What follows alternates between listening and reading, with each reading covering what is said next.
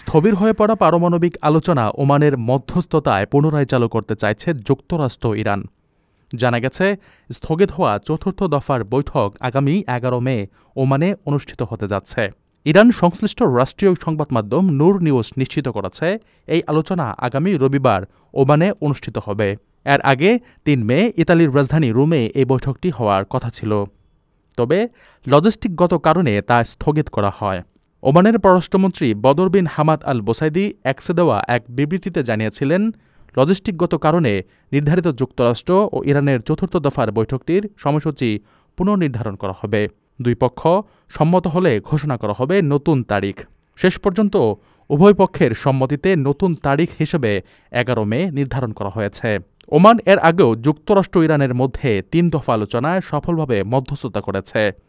প্রথম দফার আলোচনা 12 এপ্রিল মাস্কাটে অনুষ্ঠিত হয়, দ্বিতীয় দফার আলোচনা রোমে এবং তৃতীয় দফা ফের মাস্কাটে অনুষ্ঠিত হয়। আলোচনার প্রতিটি ধাপে ওমান মধ্যস্থতাকারী হিসেবে গুরুত্বপূর্ণ ভূমিকা পালন করেছে।